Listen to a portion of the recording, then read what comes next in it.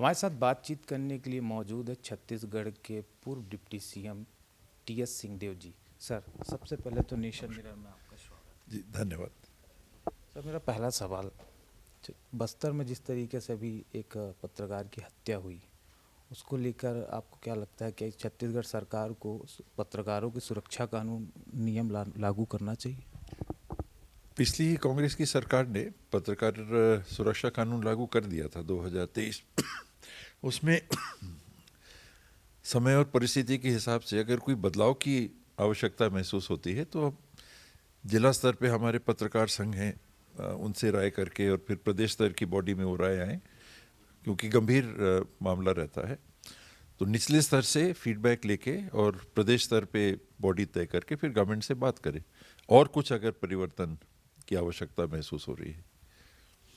Sir, Chhattisgarh में भी निकाय चुनाव होने हैं, उसको लेकर कांग्रेस की क्या कुछ तैयारी? 6-8 महीने से मालूम रहता ही है कि अब चुनाव होने वाले हैं। तो कमेटियों का गठन, कांग्रेस की जो संगठन की इकाइयाँ हैं, इनको जवाबदारी सौंपना कि अब आप इस दिशा में देखिए, और प्रभारियों की नियुक्ति, ये सिलसिला लगातार चलता रहा, क्योंकि ये नहीं मालूम रहता कि किस वार्ड से कौन खड़ा होंगे जब तक कि आरक्षण की बात सामने ना आ जाए। एक तो परिसीमन चलता है, परिसीमन की लंबी प्रक्रिया है, उस दरमियान कई ऑप्शंस रखने पड़ते हैं कि अनारक्षित सीट हो गई तो क्या रहेगा, महिला हो गई अनारक्षित तो क्या रहेगा, ओबीसी सीट होती है तो महिला पुरुष कैंडिडेट, एसटी एससी सीट होती है वो थोड़ी जल्दी पता चल जाती है आबादी के अनुपात में, तो उसमें ये नहीं मालूम कि आरक्षण महिला होगा पुरुष होगा। तो कैंडिडेट्स के सिलसिले में महिला पुरुष और अन्य समाज के लोगों की बात ये करके आदमी तैयार करके रखता है। अभी केंद्र सरकार ने नक्सलाइटों को लेकर अपना खात्मा जारी का तारीख तय की है। आपको क्या लगता है सर कि अभी भी मान के चले कि कंट्रोल है या अभी कुछ और? ये बातें पहले भी आती रही हैं कि इस तारीख तक हम समाप्त कर देंगे, इस तारीख तक समाप्त कर देंगे। एक तरह से फोर्सेस का मनोबल बनाए रखना और एक टारगेट देना कि किसी भी चीज़ को आपको करना है तो आप एक लक्ष्य रखते हैं कि आप बैटिंग कर रहे हैं तो इतने रन हम बनाएंगे, तो उसी तरह की बात है। ये हार्ड एंड फास्ट मुझे नहीं लगता, पर ये नक्सल समस्या है तो आदमी ज़्यादा उसमें नहीं कुछ और कहता। राज्य सरकार को करना है, केंद्र सरकार सहयोग करती रही है, चाहे जिनकी भी सरकारें केंद्र और राज्य में रही हैं, तत्परता से और आपसी सहयोग से ये सिलसिला चलता रहा है। आज आप भोपाल पहुंचे हैं, आपने आज पीसीसी दफ्तर में प्रेस कॉन्फ्रेंस भी की। प्रेस कॉन्फ्रेंस जीएसटी को लेकर आपने की, तो उसी को लेकर बीजेपी के प्रदेश अध्यक्ष बीडी शर्मा जी अभी उनका बयान एक आया है कि कांग्रेस जो अपनी राजनीति को जिंदा रखने के लिए इस टाइप का जीएसटी का विरोध कर रही है, इसको आप कैसे देखें? इतनी जल्दी प्रतिक्रिया आ गई, उसी से लगता है कि कुछ बात उनने संज्ञान में ले ली है, तो ये ऊपर तक का उनका नेतृत्व बीजेपी का इन बातों को ध्यान में रखे। कांग्रेस को अपनी राजनीति जिंदा रखने के लिए जीएसटी पे बात करने की आवश्यकता नहीं है। जीएसटी के प्रावधानों से और प्रबंधन से जो आम व्यक्ति नुकसान झेल रहा है और जो व्यवसायियों को दिक्कत हो रही है, ये बातें हम लोग आए दिन सुनते हैं। अभी आय के स्रोतों के सिलसिले में सरकारों ने टारगेट इतने बड़े बड़े कर लिए हैं कि बहुत दबाव बना के, जिसको कहते हैं हाथ मरोड़ना वाली बात, तो व्यवसायियों के हाथ मरोड़ के और टैक्स वसूली और उसके साथ जो एक गलत प्रचलन भी कभी कभी साथ चलता है, ये सारी चीज़ें चल रही हैं और लोग काफ़ी परेशान हैं। हाल ही में सीतारमन जी ने एक वस्तु पे 3 टैक्स की प्रक्रिया लागू कर दी, पॉपकॉर्न जैसी बात जो आमतौर पे किसी के ध्यान में नहीं रहती। उससे ये बातें फिर पुनर्जीवित हो गई कि देखिए कि ये व्यवस्था आखिर कब तक चलेगी। बात करती है, कांग्रेस करती रही है कि 9 टैक्स के स्लैब हैं, ये अव्यवहारिक है, 2 या 3 में आप लेके आइए। ये कांग्रेस की नीति पहले से ही रही है, जब से जीएसटी इंट्रोड्यूस करने की बात थी।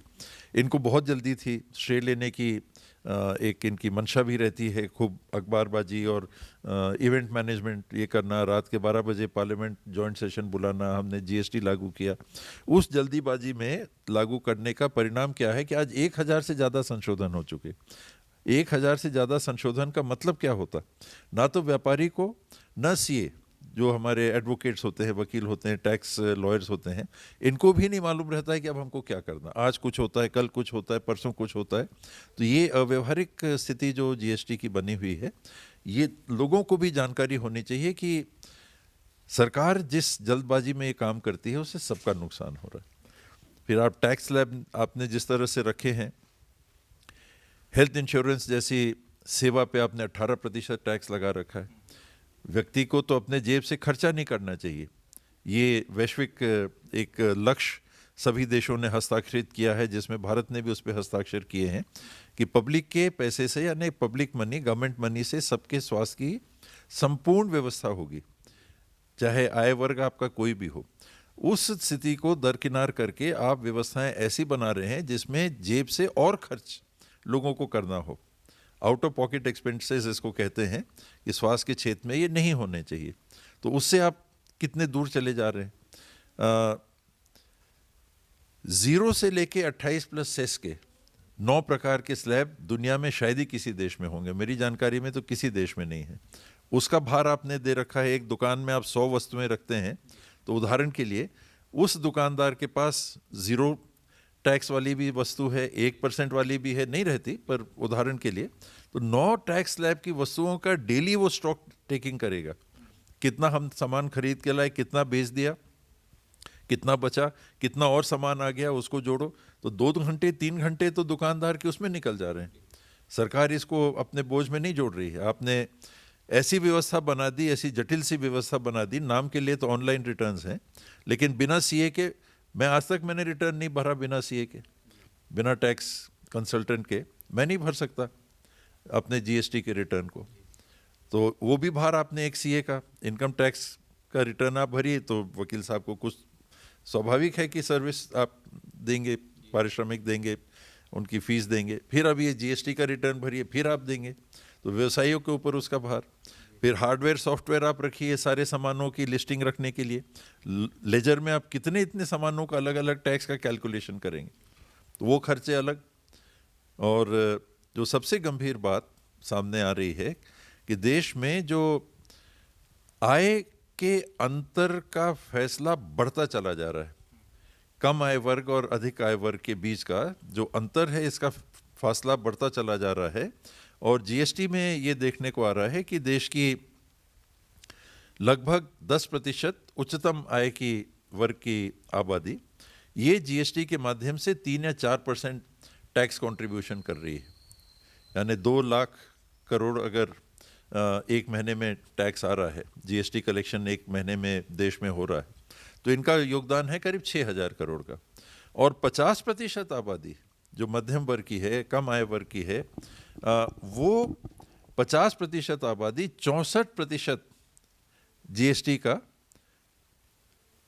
राजस्व का कंट्रीब्यूशन कर रही है। 1,28,000 करोड़ 50% आबादी दे रही है जो कम आमदनी की है, और 6,000 करोड़ मात्र वो टैक्स योगदान दे रहे हैं जो सबसे ज़्यादा धनी देश में माने जाते हैं, टॉप 10%। तो ये अंतर, अमीरी और गरीबी के अंतर को पाटने की दिशा में पूरी तरह से नाकाम साबित हो रहा है, बल्कि इस दूरी को बढ़ाते चला जा रहा है। तो ये जो रेजिम है, इसमें परिवर्तन की आवश्यकता है। ये जो बड़ा तबका जिसे हम मध्यम वर्ग और कम आय वर्ग का मानते हैं, इनके ऊपर टैक्स के भार को हम लगातार बढ़ाते चले जा रहे हैं, जिसमें इनके पास सीमित आमदनी में से शेष अपने जीवन की दिनचर्या के वस्तुओं की खरीदी के लिए पैसे नहीं बचते। जो अमीर हैं अब 3 से 4% जीएसटी में दे रहे हैं, तो और पैसा उनके पास बचा हुआ है। यहाँ 64% योगदान 50% आबादी दे रही। उनके घर का आमदनी का शेष कितना हिस्सा बचता होगा बाकी काम के लिए, और अमीरों के पास। ये जो जीएसटी में अंतर है, इस पे चिंतन होना चाहिए कि ऐसी वस्तुएं जो वो तबका जिनकी आय कम है, उनके उपयोग की वस्तुओं के टैक्स स्लैब कम होने चाहिए, और जो तुलनात्मक धनी समाज के परिवार हैं, नागरिक हैं, वो जो सामान खरीदें उनके वस्तुओं के टैक्स स्लैब हायर साइड के होने चाहिए। मेरा एक आखिरी सवाल, दिल्ली में चुनाव है और चुनाव लगभग नज़दीक हो चुके हैं। तो इसी को लेकर महाराष्ट्र के पूर्व सीएम पृथ्वीराज चौहान जी का एक बयान जो काफ़ी इस समय वायरल हो रहा है कि दिल्ली में आम आदमी पार्टी की ही सरकार बनेगी, जीत उन्हीं की है। इसको लेकर आप क्या कहें? मेरे वरिष्ठ हैं, मैं तो उनके संदर्भ में कुछ बयान के लिए तो कुछ टिप्पणी नहीं कर सकता, लेकिन कांग्रेस पार्टी 70 की 70 सीटों में लड़ रही है तो इसी मंशा से लड़ रही है कि हम अपनी स्थिति और मजबूत करेंगे।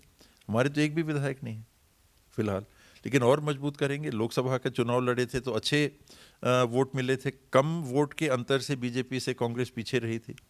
कन्हैया कुमार ने भी अच्छा संघर्ष दिया था, ये अपने दूसरे जो कैंडिडेट लड़े थे उनने भी अच्छा टक्कर दिया था, अंतर ज़्यादा नहीं था।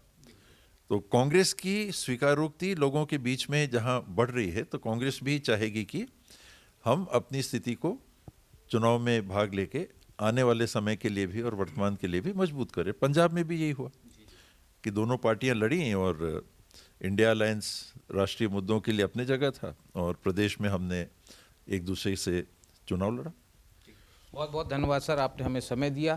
तो ये थे हमारे साथ छत्तीसगढ़ के एक्स डिप्टी सीएम जिन्होंने हर एक सवाल का बेबाकी से जवाब दिया। कैमरा पर्सन गौरव के साथ आदित्य मिश्रा, नेशन मिरर, भोपाल।